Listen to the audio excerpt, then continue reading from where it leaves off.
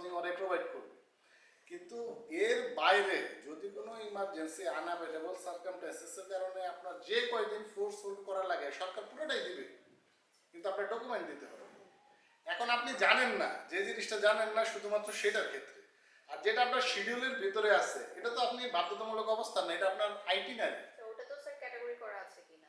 না না না, যেটা আপনি জানেন যে আমার ওখানে যে স্টপ ওভার আছে 5 দিনে, এইটা যাত্রা বিরতি, এই যাত্রা বিরতি এক জিনিস আর বাধ্যতামূলক অবস্থান আরেক জিনিস, কিন্তু আমরা ওইটার ভিতরে ফেলানোর চেষ্টা করি।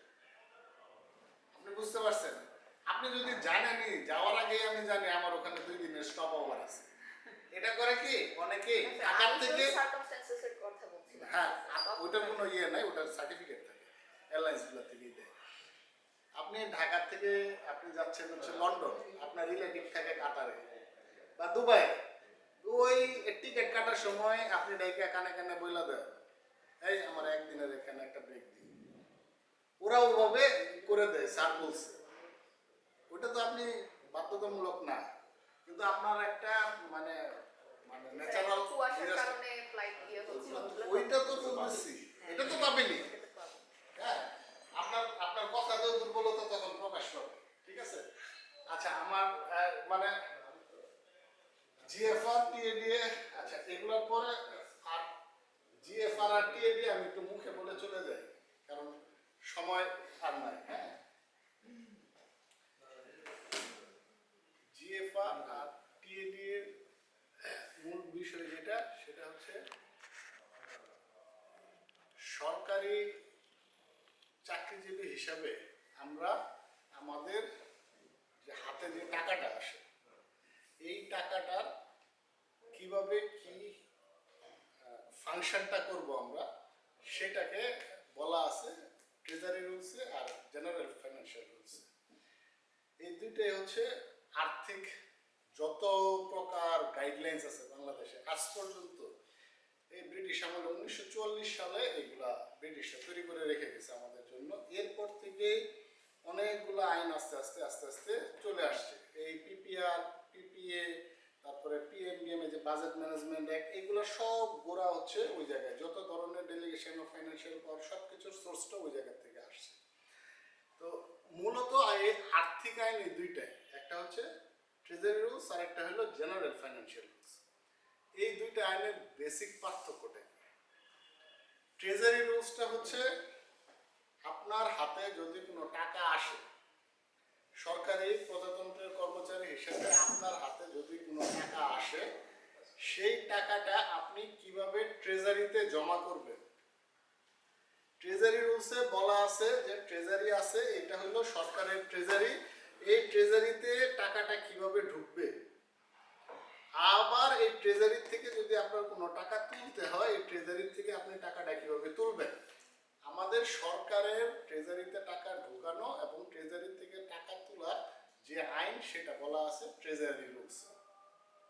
আমরা চালান করে টাকা জমা দিই, যত ধরনের পাসপোর্টের জন্য, চাকরির জন্য, আমাদের এই যে কোনো পারপাস আমরা যে টাকাটা ইনকাম ট্যাক্সের টাকাটা জমা দিই, এই টাকাটা যে জমা দেয় আমরা বিভিন্ন দপ্তর সংস্থা বা বিভিন্ন এজি অফিস যেভাবে টাকাটা জমা দেয়, কীভাবে জমা দিবে, ট্রেজারিতে টাকাটা কিভাবে ঢুকবে, এইটার যে আইন, যে গাইডলাইন্সগুলো আছে, এটা বলা আছে ট্রেজারি রুলসে। ট্রেজারি রুলস, ট্রেজারিতে টাকাটা কিভাবে ঢুকবে।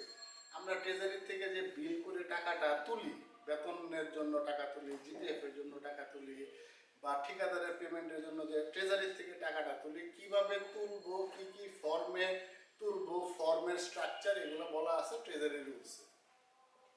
ঠিক আছে? ট্রেজারিতে টাকা ঢুকানো এবং টাকা তোলার যে আইনগুলো, সেগুলো আছে ট্রেজারি রুলসে।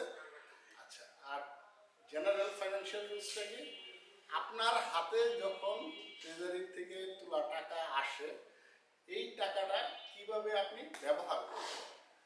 সরকারি টাকা ব্যবহার করার যে রাস্তা, সেটা বলা আছে হচ্ছে জেনারেল ফাইন্যান্সিয়াল রুলস। সরকারি টাকা ব্যবহার করা, একটা হলো ট্রেজারিতে টাকা ঢোকানো, ট্রেজারি থেকে টাকা তোলা, ট্রেজারি রুলস।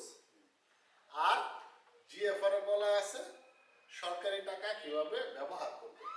এই এই সরকারি টাকা ব্যবহারের ভেতরে বাজেট এটাও জিএফআর এ বলা আছে, জেনারেল ফাইন্যান্সিয়াল রুলসে বলা আছে বাজেটটা কীভাবে করতে হবে। এখন বাজেটের জন্য পাবলিক মানি বাজেট ম্যানেজমেন্ট অ্যাক্ট করা আছে 2009-এ, কিন্তু এই সব কিছু এই জিএফআর থেকে আসছে। সরকারি টাকা খরচ করার ক্ষেত্রে কি কি মিতব্যয়িতা, কি কি সেন্স অ্যাপ্লাই করতে হবে সেটা বলা আছে জিএফআর। ঠিক আছে, এই পিপিআর হওয়ার আগে আমরা কি ফলো করতাম? এই জিএফআর এর ক্রয় নীতিমালাগুলো ফলো করতাম। এই সরকারি টাকা ব্যবহারের বিষয়টা বলা আছে জিএফআর। ঠিক আছে, আর ট্রেজারি রুলে বলা আছে হচ্ছে কিভাবে টাকা তুলবো আর কিভাবে টাকা ট্রেজারিতে ঢুকাবো। এটার বিভিন্ন চ্যাপ্টারগুলো আছে। 12টা বেজে গেছে। হ্যাঁ, আমি করি। হ্যাঁ, খালি আমি চ্যাপ্টারগুলো একটু দেখা দিলে দেখি। স্যার আরেকটা প্রশ্ন ছিল স্যার। স্যার যে 12 মাসে যে স্যার আমরা যে বেতন যে পাবো জিপিএফ এর স্যার পেনশনের উইকে স্যার ওই টপিক থেকে ওখানে কি স্যার যে কেউ যদি পাহাড়ে স্যার কর্মরত ছিল পাহাড়ি ভাতা কি স্যার 1,000 টাকা?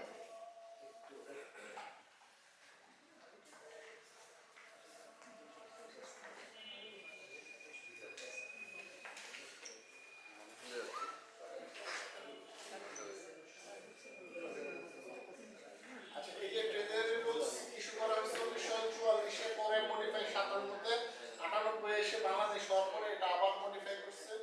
এখানে 3টা পার্ট ট্রেজারি রুলস, তার মধ্যে সাবসিডিয়ারি রুলস।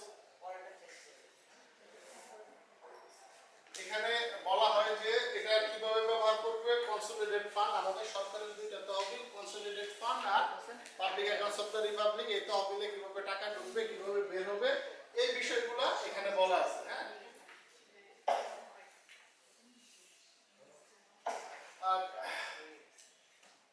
আচ্ছা আমি প্রশ্নে চলে যাই। এগুলো অনেক অনেক অনেক বিষয়। হ্যাঁ, অলরেডি আমি ইয়েতে আছি।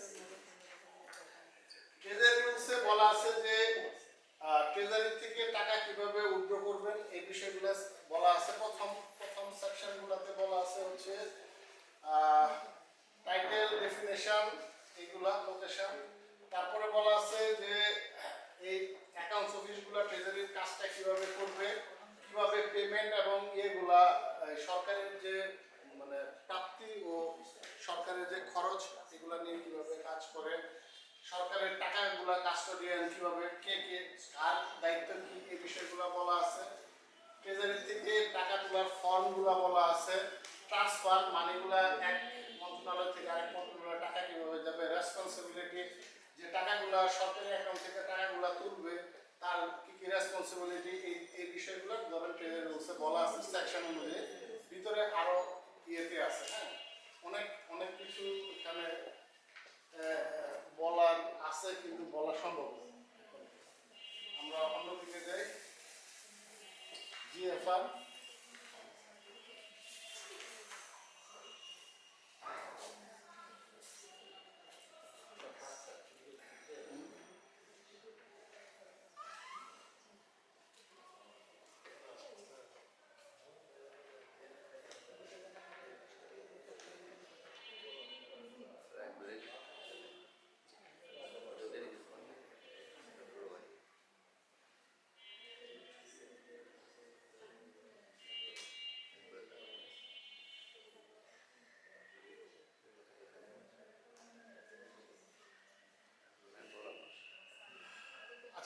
একটু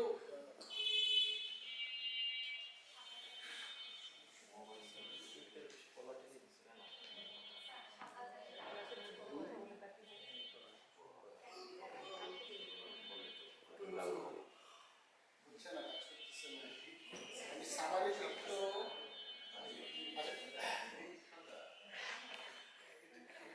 এখানে মনে হয় কি ওপেন হয়ে আছে।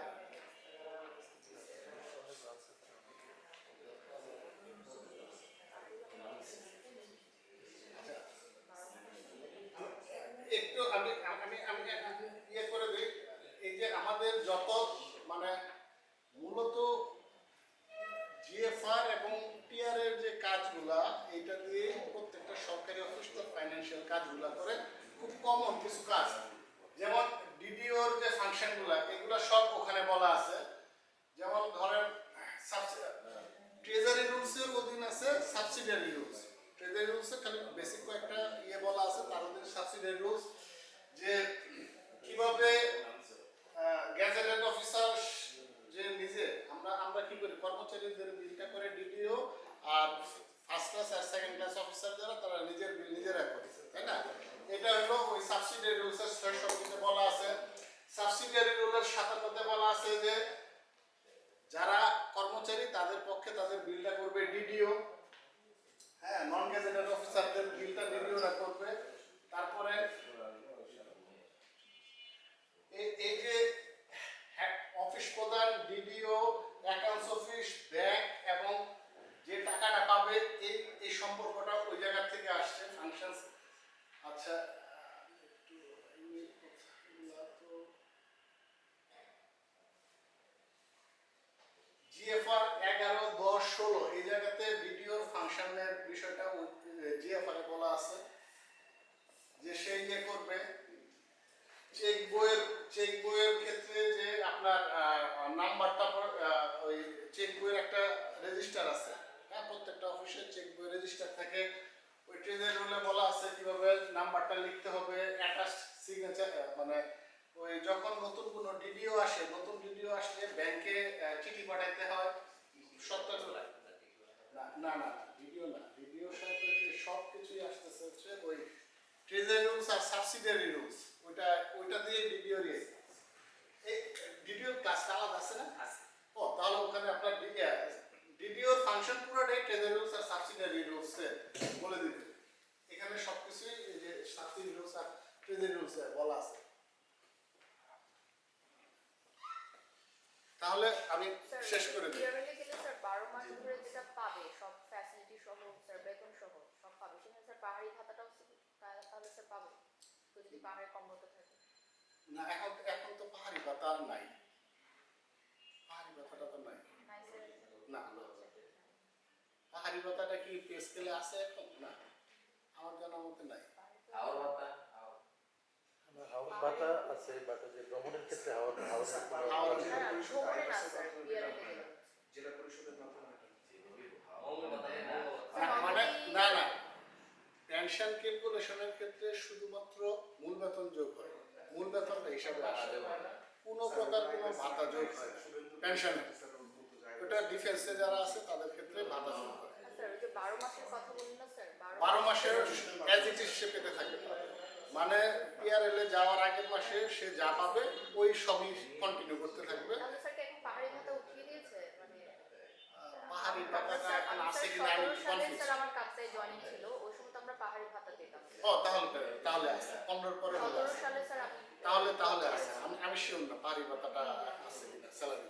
তাহলে স্যার সেটা সে পাবে ওই যে 12 মাস ধরে। যদি আর কোনো প্রশ্ন না থাকে তাহলে আমি